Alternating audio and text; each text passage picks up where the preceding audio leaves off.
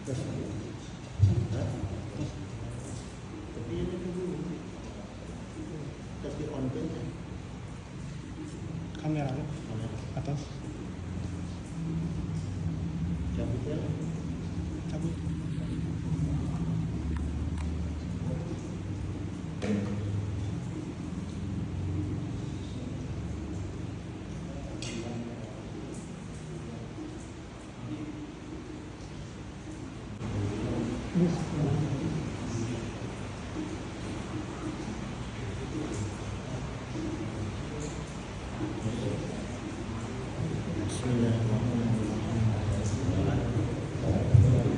Assalamualaikum warahmatullahi wabarakatuh.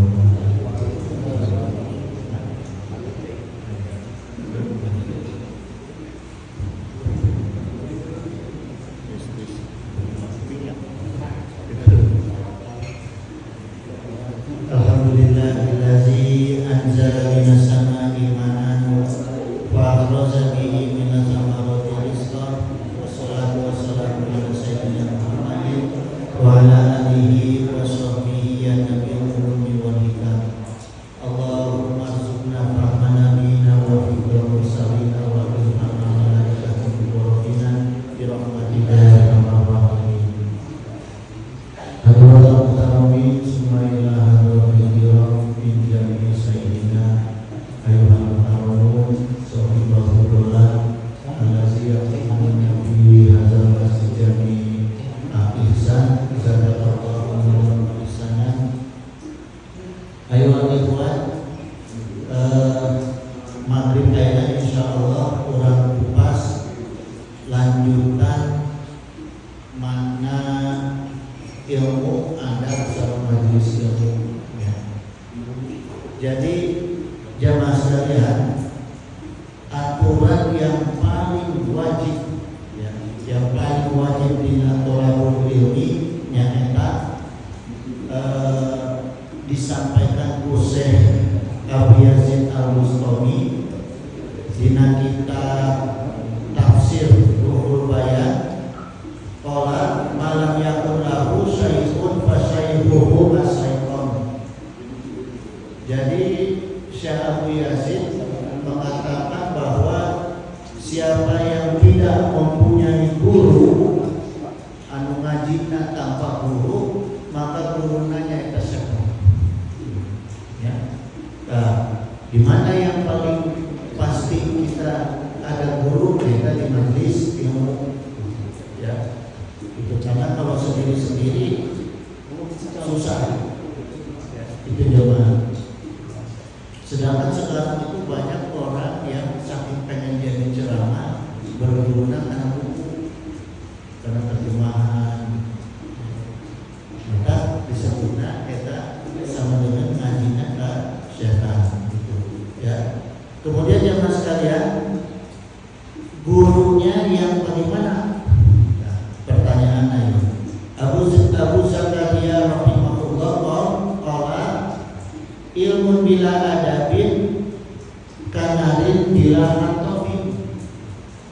Jadi kata beliau, guru itu yang penting tidak hanya ilmu tapi juga adab. Guru yang punya adab, karena ilmu tanpa adab itu seperti api tanpa kayu bakar. Ya, bila ada ilmun bila adabin, ilmu tanpa adab itu kanarin seperti api tanpa hatofin, tanpa kayu. Jadi mau ayas. Ya. Jadi ilmunya itu mau manfaat kalau tidak ada adab. Wa adabun bila ilmin karuhin bila jasadin. Kalau adab tanpa ilmu seperti jasad tanpa ruh. Jadi apa adabnya itu nggak akan hidup bersama. Ya, itu karena seperti jasad tanpa ruh. Jadi dua-duanya itu penting jemaah, baik adab maupun ilmu itu penting. Ya, maka jemaah sekalian sangat penting bagi kita mencari guru atau mencarikan guru untuk anak-anak kita yang jelas adabnya, jelas ilmunya, jelas amalnya. Ya, 3 perkara itu tuh harus ada di dalam diri seorang guru. Ilmu, adab, serta amal. Ya. Maka ini jemaah, saking penting-pentingnya adab, maka orang tua wajib mengajarkan adab kepada anak-anaknya. Ya. Wa qala Nabi sallallahu alaihi wasallam, "Man akala walidun waladan min nahlin afdhaha." Jadi tidak ada satu pemberian yang paling utama dari orang tua kepada anaknya min adabil hasanin. Ya. Gitu. Jadi yang paling baik diberikan oleh orang tua kepada anaknya nyata adab yang baik. Kalau ilmu mungkin bisa kita titipkan di sekolah, di pesantren, tapi adab orang tua wajib. Jadi jangan lupa, jangan menyerahkan perkara adab kepada guru. Orang tua di rumah wajib mengajarkan adab kepada anak. Ya, minimal kira jemaah, minimal. Jangan sampai suami istri itu berantem di depan anak. Ya, kelihatan sama anak. Kenapa? Karena tanpa disadari itu jadi penularan kepada anak, sehingga anak itu mudah emosi, di luar rumah gampang marah, gampang menyerahkan ke batu. Karena ningali contoh kolotna, contoh sempurna berantem antara suami istri itu. Ya, maka lebih baik kalau kita kesel sama istri, bawa ke kamar, carekan di kamar, carekan cium gitu ya. Jadi ulah ketika lingkungan orang ngamuk, orang emosi, orang marah, itu jangan sampai kalau bisa kelihatan sama anak, karena jadi anak itu jadi penularan. Ya. Kemudian Abu Zakaria rahimahullah qala ilmu bila adabin kanarin bila atobin, ya. Jadi ilmu tanpa adab, yang tadinya ilmu tanpa adab seperti api tanpa kayu bakar. Nah sekarang jemaah, bagaimana adabnya seorang pendidik yang baik ketika mendidik? Nih, ya. Coba didengerin daripada ngobrol, didengerin yang lagi. Jadi bagaimana adab seorang pendidik yang baik ketika mendidik? Ya. Ini diajarkan langsung oleh Rasulullah. Kunu robbaniyina ulama'a, jadilah pendidik yang ulama itu yang hilm itu artinya yang belas kasih, yang penyantun. Ya. Jadi ulama itu bentuk jamak dari mufrad halim. Nah orang kan tahu dia ada bandara Halim, Halim Perdana Kusuma. Halim teh artinya penyantun. Orang yang hatinya itu suka belas kasih, kita halim. Kalau perempuan halimah, ya. Itu jadi kalau cari istri halimah, penyantun. Apa artinya teh? Lembut, gitu, lemah lembut hatinya teh, ya.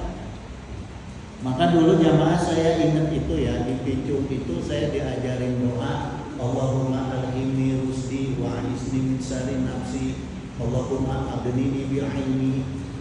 Ya Allah, cukupkan ilmu aku, wa zaini bil hilmi. Ya, wa zaini bil hilmi. Jadi artinya hiasilah aku dengan sifat yang belas kasih, gitu, belas kasih. Ya. Wa akrimni bit taqwa, muliakanlah aku dengan ketakwaan. Wa jamilni bil afiyah, dan hiasilah diriku dengan kesehatan. Eta diajarkeun baheula di pesantren teh doa eta teh gitu, ya.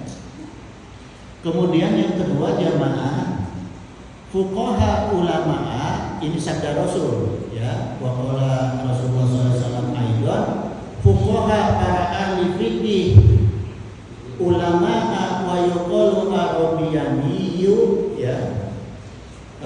Arabaniyu, jadi para ahli fikih, para ulama, juga para Rabi di sini disebutnya para rabi itu maksudnya rabi Yahudi, ya, para rabi Yahudi zaman dulu nanti Yahudi itu guru nanti para rabi Yahudi ulama lah ulangnya. Eta berkata naon allazi yurabi nasa bil ghairil ilmi qabla kibarihi.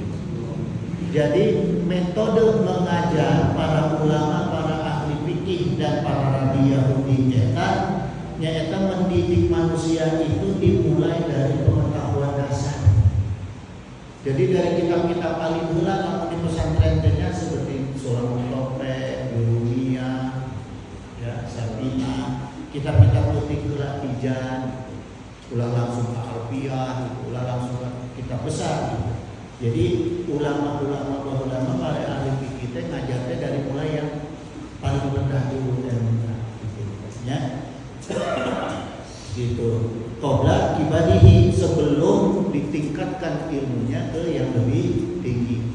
Jadi itu metode kita mengajarkan ilmu. Jadi pelan-pelan dan bertahap. Kemudian jemaah sekalian, dalam perkara ilmu jumhur ulama kita mengatakan al ilmu bita'alumi wal barakatuh bil hikmati. Jadi ilmu itu didapat dengan belajar dan keberkahan didapat dengan hikmah. Hikmahnya mengabdi ka guru. Mengabdi ka guru teh sanes maksudna nepi ka ngesot-ngesot sanes. Ngabdi ka guru teh taat dina naon anu dititah guru, kita ngapalkeun gitu ya. Itu jadi jangan salah paham, bukan mengkultuskan guru, bukan. Mengabdi eta teh taat dina perkara piwarangan guru gitu, dina perkara tolabur ilmu gitu ya, mengabdi. Maka di Gontor mah selesai pesantren Gontor itu selesai 6 tahun, ada 1 tahun mengabdi dulu. Gitu, ada kewajiban mengabdi 1 tahun ya. Nah, sekarang jemaah mengabdi kepada guru yang seperti apa kriteria guruna kita ya.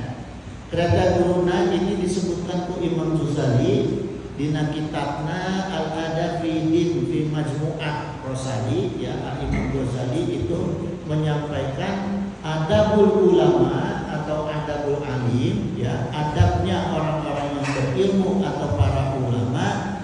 Pertama eta luzumul ilmi ya, adabnya pertama luzumul ilmi, mementingkan ilmu. Jadi ulama atau orang alim itu harus selalu mementingkan ilmu itu. Paling tidak mutolaah sebelum menyampaikan kajian, dipikir heula, ditelaah heula, dipelajari heula gitu, baru disampaikan gitu, ya. Jadi ulama itu harus mementingkan ilmu gitu, mendalami ilmu, menguasai ilmu, baru mengajar, jangan ujuk-ujuk ngajar.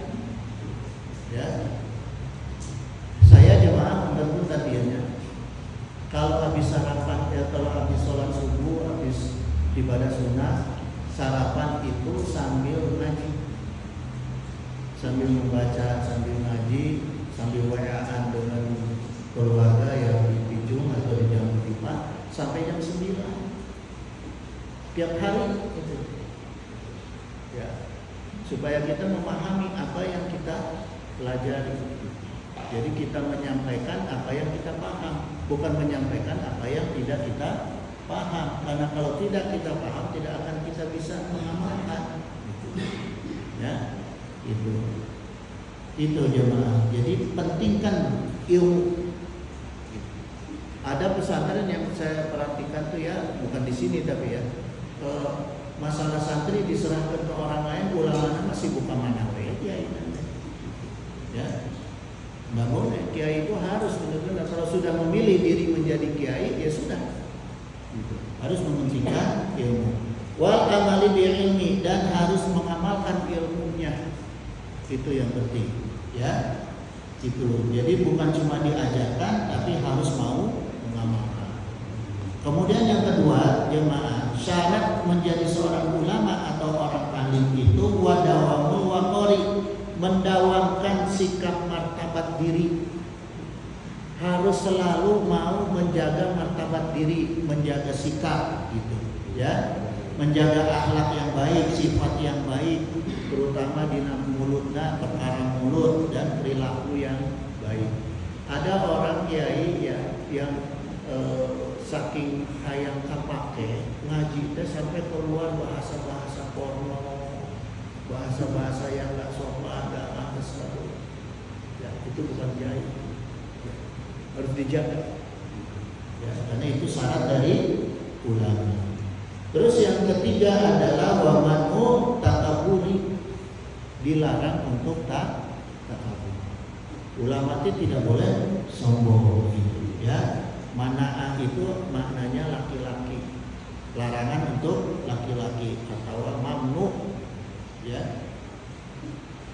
Itu jemaah. Jadi tidak boleh takabur. Ulah asa aing panghebatna, karena di atas langit masih ada langit, gitu. Ya.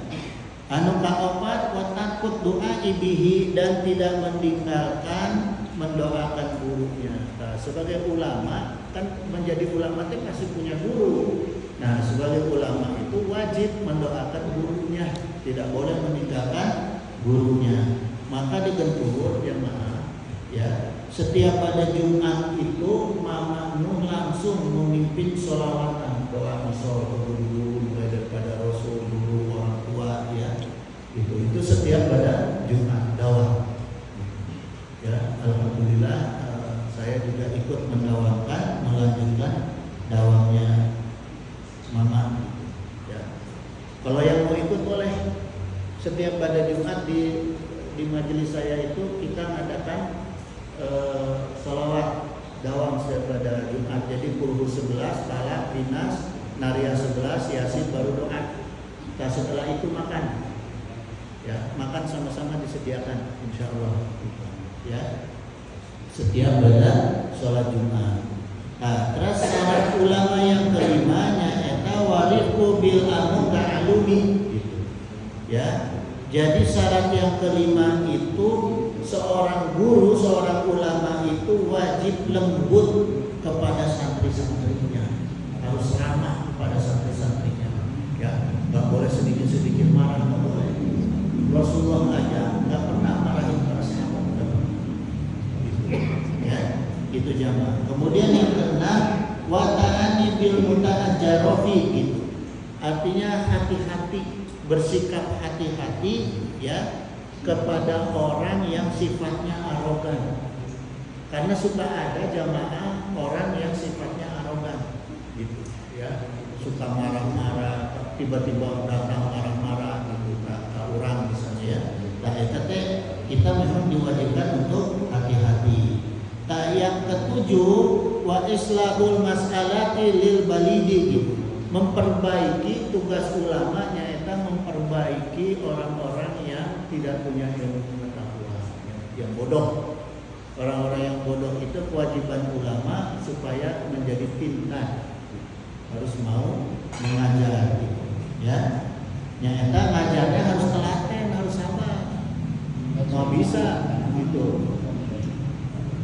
Kita hafal pun tuh bisa hafal pun cepret, ulah ya, harus bari sabar.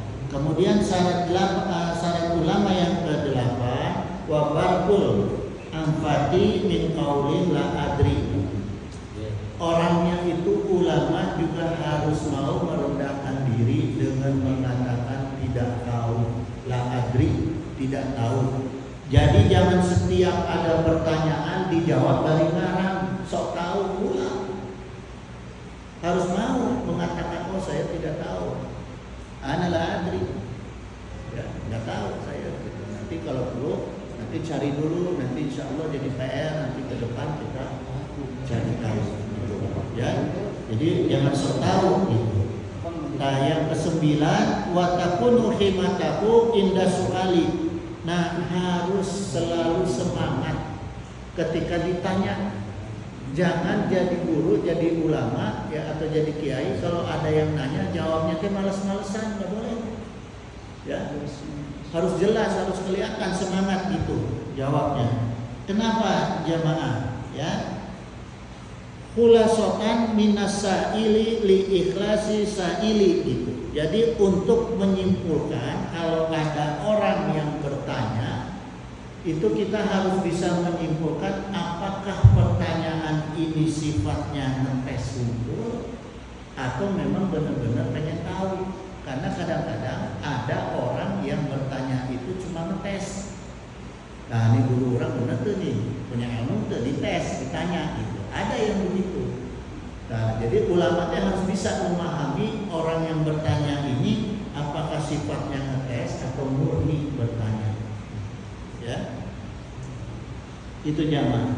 Terus syarat anu ke-11 watakut takalufi gitu. Meninggalkan kepura-puraan.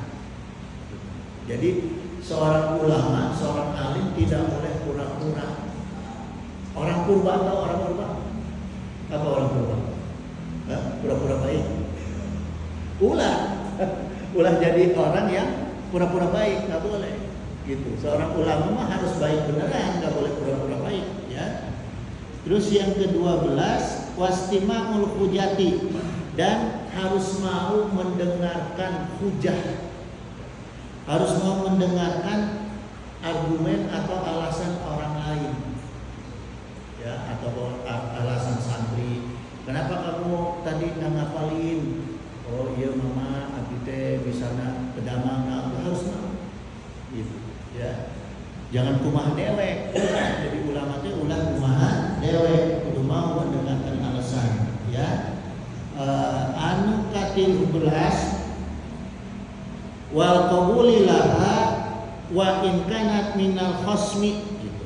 Jadi harus mau menerima pendapat ya yang benar sekalipun yang menyampaikannya itu adalah khasmi, musuh kita. Gitu. Jadi sekalipun dari musuh, sekalipun dari budak letik, kalau pendapatnya benar harus diterima. Jangan abung-abung yang musuh yang kasih salah pula. Gitu.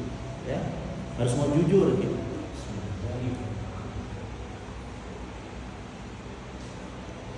Itu jamaah sekalian, kita ayat 13 syarat menjadi ulama atau orang alim, ya. Kemudian jamaah hadanallah, guru-guru yang memenuhi syarat yang 13 tadi itulah yang layak untuk didoakan, mendapat penghargaan, minimal didoakan, diziarahi atau dihaulkan, ya. Karena Syekh Nawawi berkata gini, hadayati al-ahyai lil amwatid du'a'u wal istighfaru.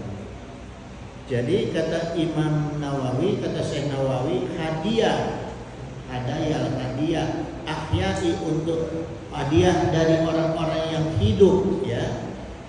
Lil amwatid untuk orang-orang yang mati, itu ad-du'a'u wal istighfaru, ya eta mengirimkan doa dan istighfar. Itu bentuk hadiah kita yang hidup kepada yang mati, ya. Maka jangan lupa ketika ziarah, ketika tahlil itu sampaikan doanya dan istighfarnya, ya. Kalau maghfir lahu, mintakan ampun, kan. Itu jangan. Kalau saya biasanya saya tambah dengan Allahumma anzili, ya Allah turunkanlah, Allahumma anzili rahmata wal maghfirata wa syafa'ata.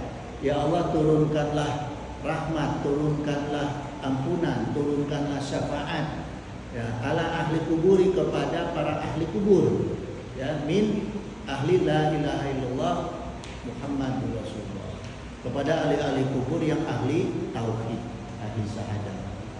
Ya, supaya nggak salah, jangan sampai kita mendoakan ahli kubur yang kafir, ya.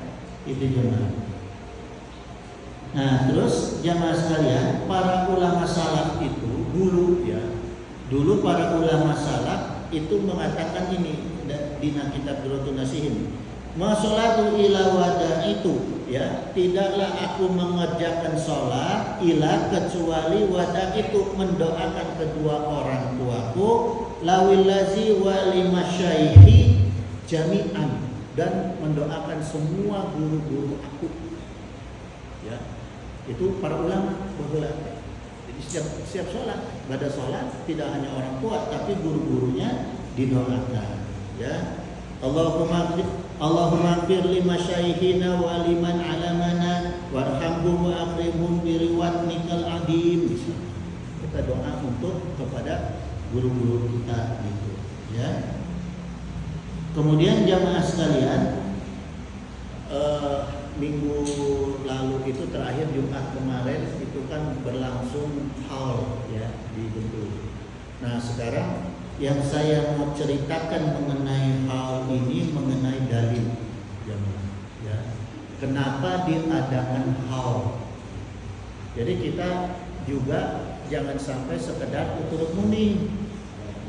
Sepuh haul kita ikut-ikutan, haul balik nanti, ya, supaya kita bisa melihat nih, ada haul itu ada yang salah, ada yang benar, gitu, ya. Jadi gini jemaah.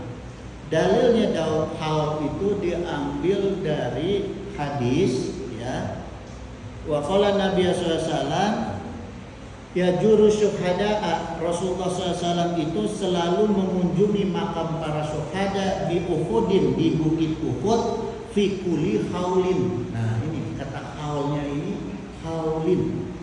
Ya, Rasulullah menyampaikan haulin. Apa maknanya haulin itu? Hawaulang itu artinya perputaran. Jadi setiap tahun, perputaran per tahun gitu. Karena dari huruf ha wa ulang itu bimakna haulun, bisa bermakna haulun, nyaeta perputaran waktu. Ya, haulun itu perputaran waktu, atau secara ilmu majasnya atau kiasannya per tahun. Jadi Rasulullah itu ziarah ke Bukit Uhud itu, ke makam syuhada Uhud itu setiap tahun jemaah, ya, gitu. Yang kedua bentuk jamaknya akhwalun, tina haulun bentuk jamaknya akhwalun. Akhwalun teh naon maknana? Bertahun-tahun. Jadi tidak sekali Rasulullah, setiap tahun. Maka haul eta diadakannya setiap tahun gitu. Wa qala aidan wa iza balagha rafa'a sautahu. Kemudian ketika Rasulullah sampai di Bukit Uhud itu, ya, rafa'a sautahu, meninggikan suaranya. Rasulullah meninggikan suaranya. Kemudian berkata, salamun alaikum bima sobatum, keselamatan atas kamu berkat kesabaran kamu, fani ma'ubadaro, maka kamu mendapatkan tempat yang nikmat.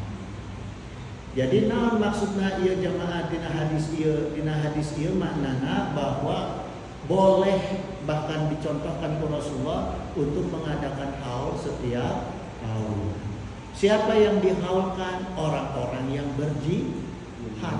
Karena yang di Bukit Uhud itu yang dijarahkan oleh Rasulullah mujahid, para syuhada, gitu, ya. Para syuhada, bukan semua sahabat, bukan.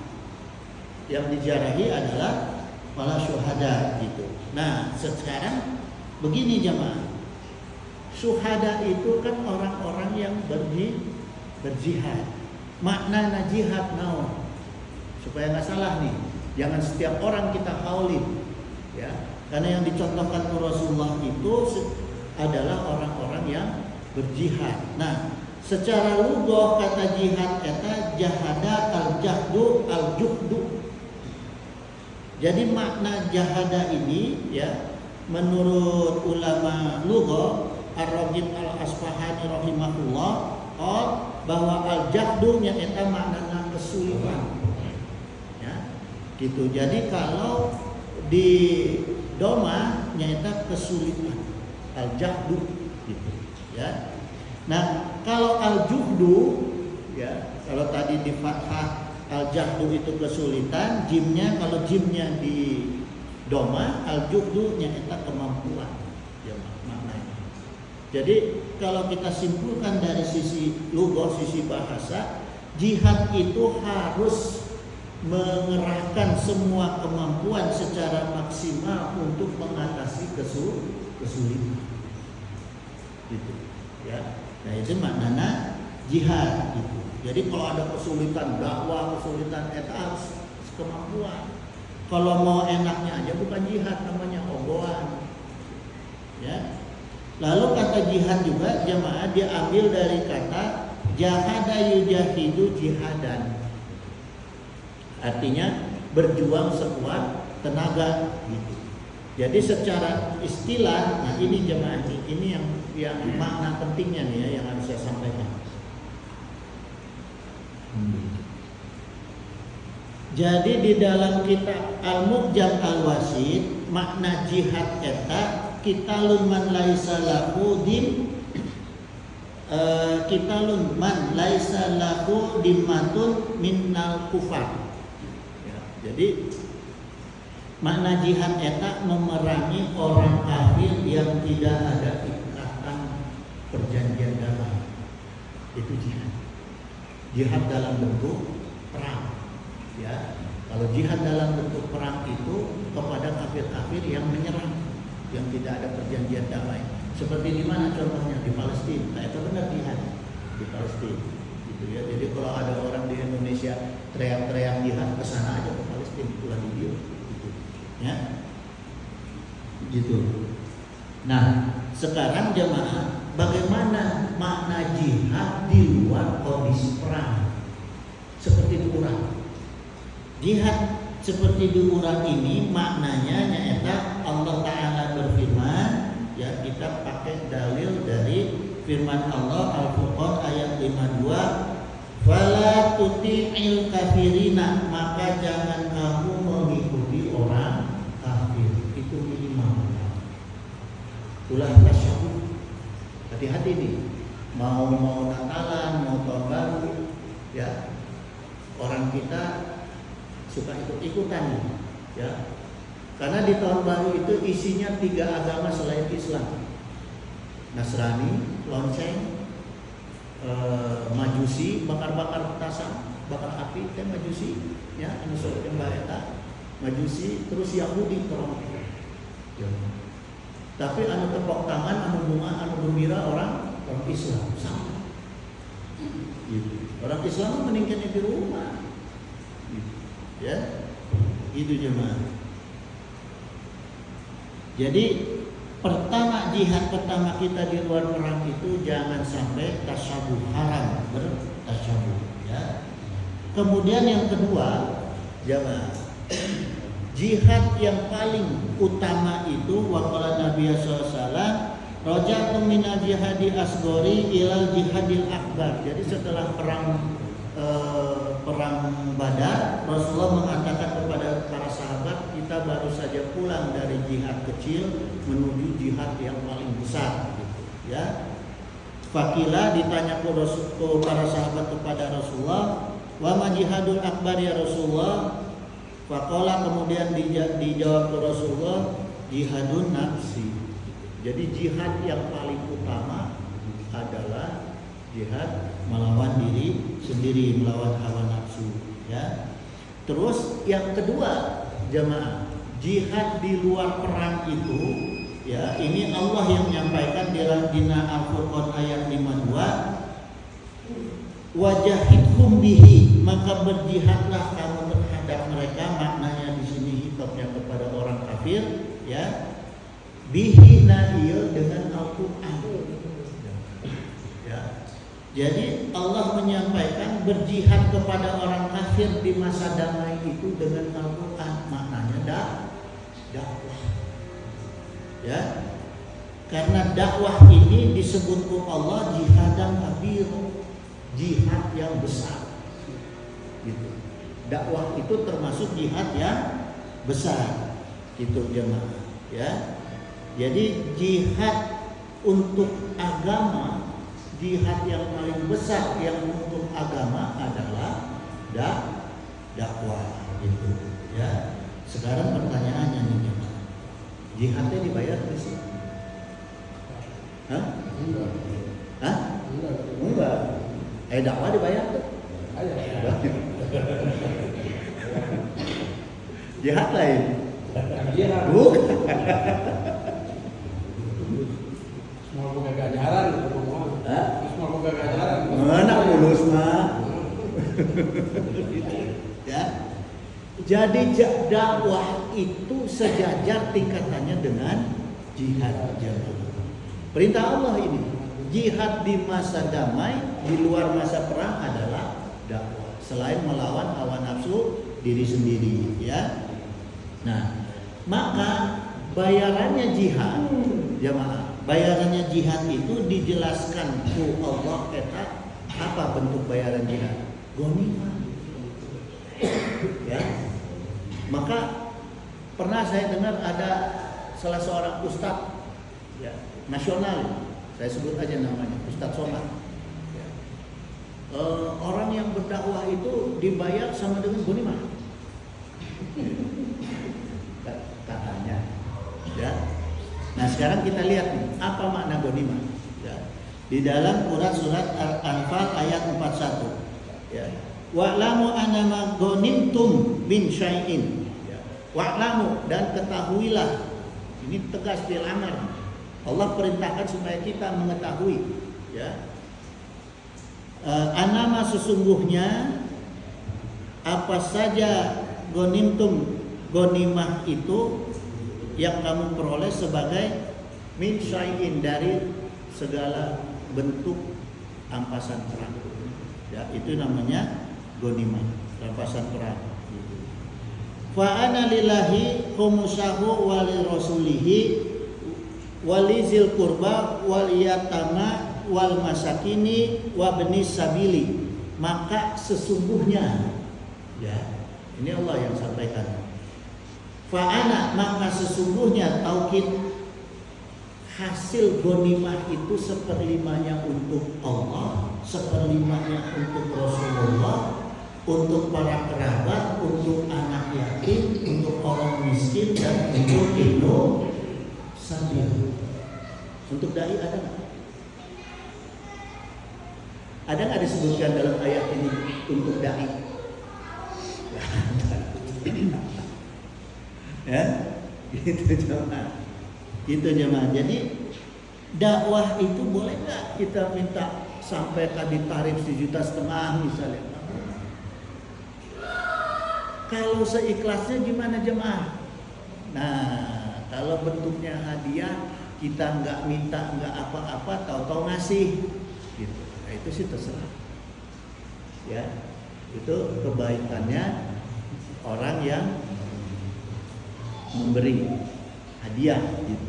Ya. Tapi jangan sampai ditarif. Boleh saya ngaji tapi biayanya pun sakit ulang.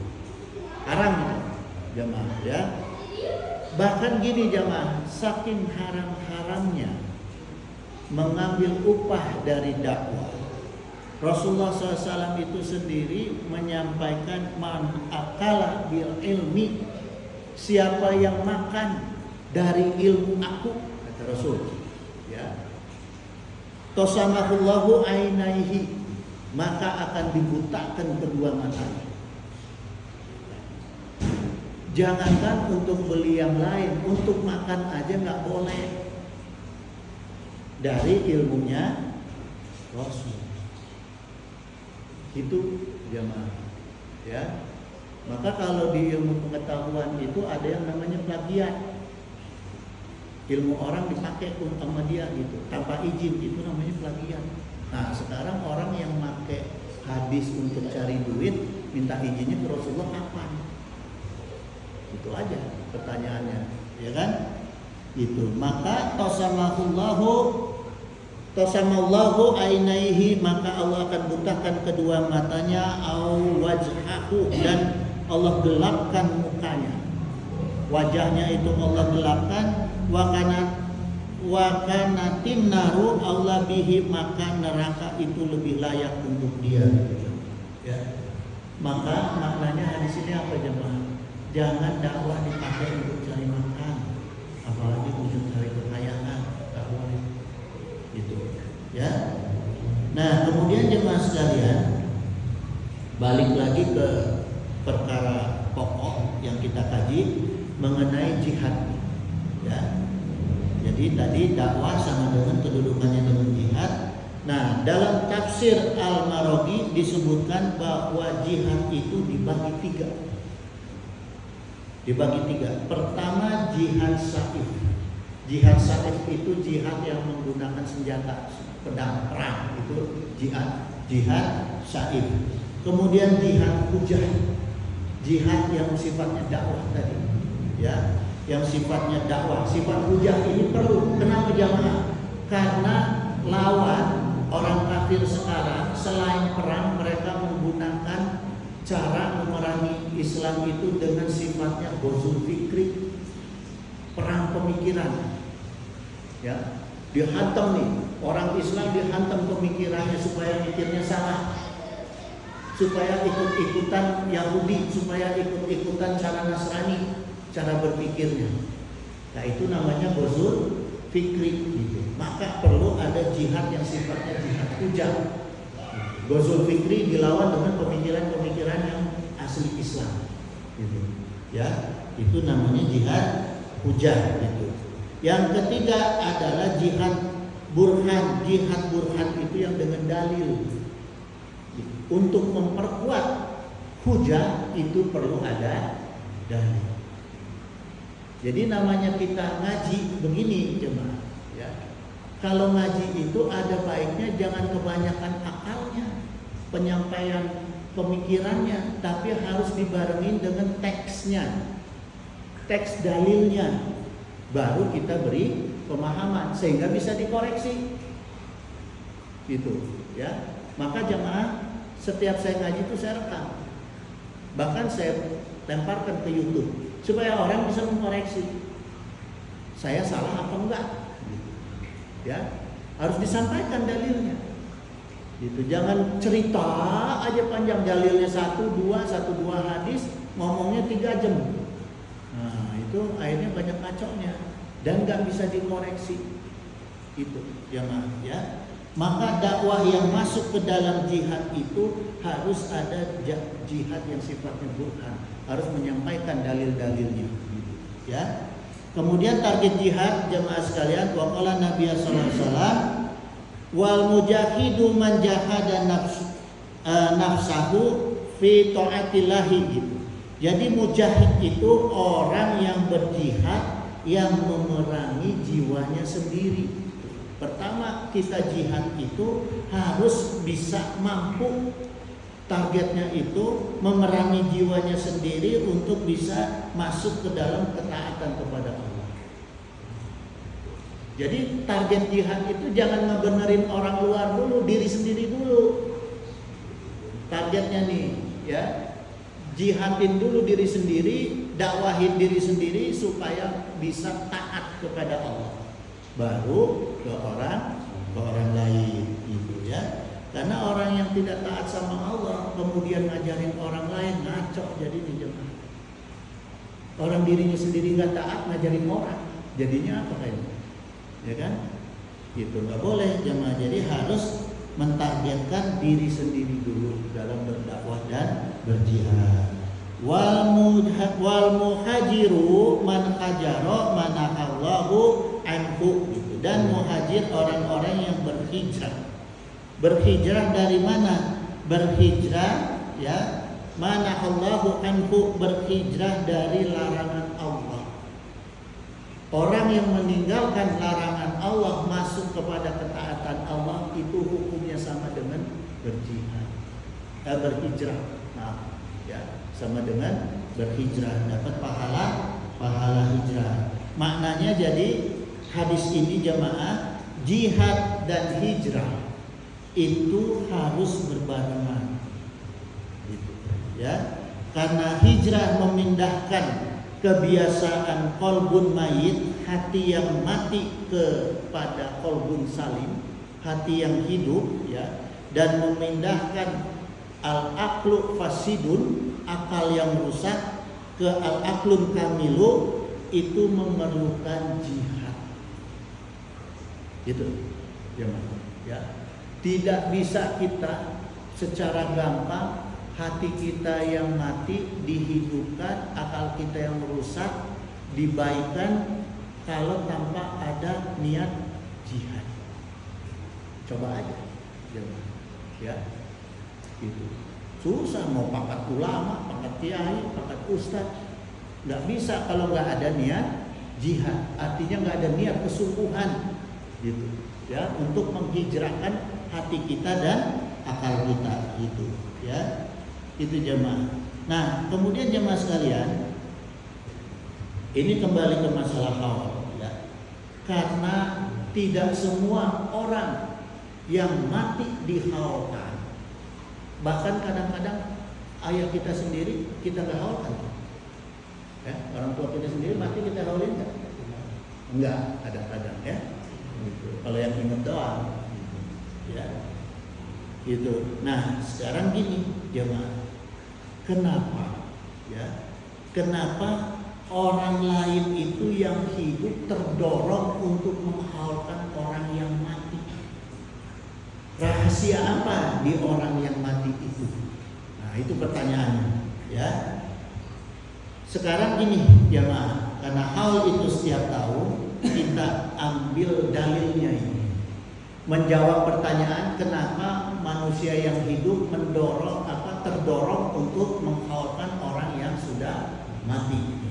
Ini supaya kenapa saya sampaikan di sini, supaya jadi motivasi kita nih, supaya kita hidup nih kalau pengen dihaulin, nah ikutin kajian ini, ya, amalkan ini nanti, gitu, ya. Dalil pertamanya, jemaah, yang membuat orang mati itu dihaulkan oleh orang hidup. Wa qala Nabi sallallahu alaihi wasallam, ini mutlak, ya. Khairun nasu anfa'uhum linnas. Pertama, karena orang yang mati itu selama hidupnya banyak memberikan manfaat, yang membuat orang jadi ingat terus, gitu, ya, membuat orang jadi ingat terus sehingga dia akhirnya mau menghaulkan setiap tahun orang yang mati itu, ya. Karena gini jemaah, ini saya bukan ngada-ngada, ya. Ini nanti saya cerita dalil. Orang yang hidupnya banyak memberikan manfaat, insya Allah matinya pun akan memberikan manfaat. Itulah makanya kenapa orang yang sudah mati itu dihaulkan dan sering diziarahi kuburannya. Karena orang masih berharap orang yang sudah mati itu tetap bisa memberikan manfaat, gitu. Beda dengan kucing mati mah udah selesai, ya. Orang yang tidak pernah memberi manfaat selama hidupnya mati ya selesai, dilupakan orang lain, gitu, ya. Itu. Nah, pertanyaannya kok bisa orang yang mati bisa memberikan manfaat, ya? Itu. Dalilnya apa nih? Dalilnya wa qala Nabi sallallahu alaihi wasallam, ini Rasulullah mengumpulkan para sahabat. Rasulullah mengumpulkan para sahabat, kemudian Rasulullah bicara, ya, kepada para sahabat, dan ini diceritakan oleh Ibnu Mas'ud, oleh salah satu sahabat Ibnu Mas'ud, ya. Rasulullah berkata, hayati khairul lakum tahaddatsuna wa yahdatsu lakum. Ya. Kata Rasulullah, sabdanya Rasulullah, kehidupan aku adalah kebaikan untuk kalian. Nih, jadi Rasulullah sampaikan hidupnya Rasulullah itu kebaikan untuk orang yang hidup, terutama para sahabat. Karena apa? Karena bisa mendengar langsung, bisa bertanya, bisa bicara langsung kepada Rasulullah. Ya. Nah, kemudian kata Rasul, wa qala aidan fa iza ana mutu kanat wafati khairul lakum. Gitu. Ketika aku mati, maka kematian aku akan lebih baik. Jadi Rasulullah meninggal ini, Rasulullah mati itu lebih baik ketika Rasulullah hidup. Untuk kita nih, karena kita nggak pernah ketemu Rasulullah, gitu. Kebaikan apa yang diberikan oleh Rasulullah ketika Rasulullah sudah meninggal? Ya. Wa qala aidan turadu alayya amalukum fa in ra'aitu khairan hamidtu Allah. Jadi sabdanya Rasulullah itu diperlihatkan amal-amal umatnya Rasulullah kepada Rasulullah di alam akhiratnya, di alam barzakh, ketika Rasulullah melihat umatnya itu mengamalkan amal yang baik, ya, fa in ra'aitu khairan, amal yang baik, hamidtu Allah, maka Rasulullah SAW itu bersyukur kepada Allah. Tuh, ya. Kalau kita berbuat amal baik, Rasulullah bersyukur kepada Allah. Wa in ra'aitu syarran, ya. Jadi kalau Rasulullah itu melihat kita itu melakukan amal buruk, ya, amal yang syarra, istighfartu lakum, Rasulullah memintakan ampun kepada Allah. Gitu, ya. Jadi dari dalil inilah maka orang yang mati bisa memberikan manfaat kepada orang yang hidup. Tapi orang yang bagaimana? Itu, ya. Tadi ceritanya orang yang banyak memberikan manfaat, ya, jemaah. Nah, kemudian manfaatnya sebagai apa? Bentuk manfaat yang seperti apa? Pertanyaannya nih, ya. Manfaat yang seperti apa? Apa cuma ngasih duit doang? Ya kan? Apa cuma ngasih nasi doang? Gitu. Nah, sekarang warisan. Ya. Jadi gini manfaatnya jemaah. Wa qala Nabi sallallahu alaihi wasallam, "Iza matal insanu an qata'a amaluhu." Nah, kita udah paham ya di sini. Ya, sering disampaikan. Kalau seorang manusia itu udah meninggal maka putus amal. Ya, ila min salasin, kecuali 3 perkara. Satu apa? Sedekah jariyah. Yang kedua au ilmin yunfa'u. Ya, yang ketiga awalidin solihin, yad'u lahu, orang-orang soleh, anak-anak soleh yang mendoakan dia. Nah, sekarang kita kupas nih 3 perkara ini jemaah, ya. Pertama, manfaat yang diberikan berupa sedekah, infak atau jariyah dan sebagainya, itu manfaat yang dirasakan oleh orang banyak. Manfaat yang hasilnya bukan hanya diri kita sendiri, tapi untuk orang lain. Maka masuk dalam konsep khairun nas anfa'uhum linnas. Gitu. Ya, itu jemaah. Gitu. Yang kedua, ilmu yang manfaat. Ilmu yang manfaat masuk nggak ke dalam konsep khairun nas anfa'uhum linnas? Masuk jemaah. Kalau memberikan ilmunya itu dengan iman, dengan ittiba, dengan ikhlas. Kalau tidak ada 3 perkara itu tidak jadi manfaat ilmunya ke dalam khairun nas anfa'uhum linnas, tidak. Gitu. Jadi syaratnya 3. Ya, kalau mau ilmu manfaat, ikhlas, ittiba dan iman, ya. Yang ketiga, manfaat melahirkan anak-anak yang soleh. Nah, ini jemaah, ini banyak dilahirkan oleh para ulama. Maknanya bukan hanya anak kandung kita. Kita mau mendidik anak-anak orang lain, anak-anak umat Islam menjadi anak yang soleh. Maka para ulama itu selalu didoakan ke santrinya, diziarahi ke santrinya, karena mereka sebagai anaknya dari ulama, sekalipun bukan anak biologis.